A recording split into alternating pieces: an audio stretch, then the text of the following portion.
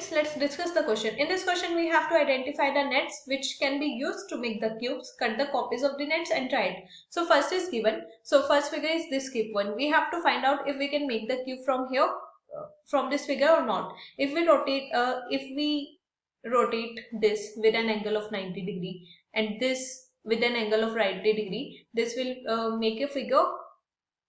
But as this all three in one side, so this square and this square will overlap each other and one side will remain blank. So we can say that this does not make a cube.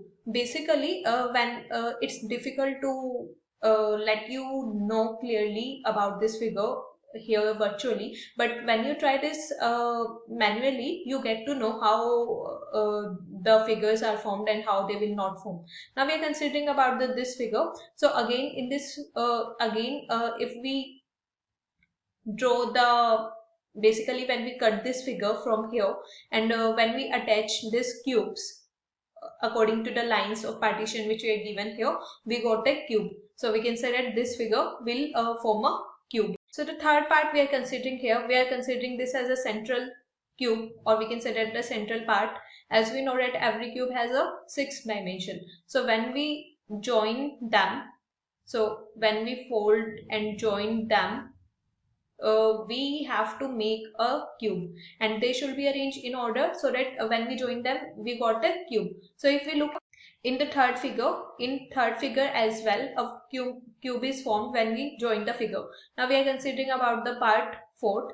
So when we join all the cubes, let's say this is our central cube, and according to this, when we join all this, we got a cube. So we can say that fourth will also making a cube. This is the central for this cube, and when we join this will make a one side, this will make another side, this will make another side.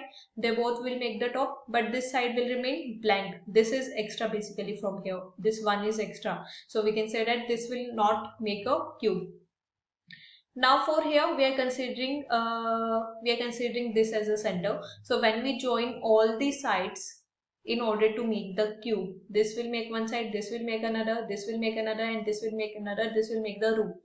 So when we join this, we got a cube. So this is the answer to given question. So students, in order to solve this problem, we have to visualize these terms, and whenever we have to visualize this term, and if we are not able to visualize the term, so we will not be able to solve the questions related to the solid shapes. So basically visualization is must in order to solve this kind of straight problems.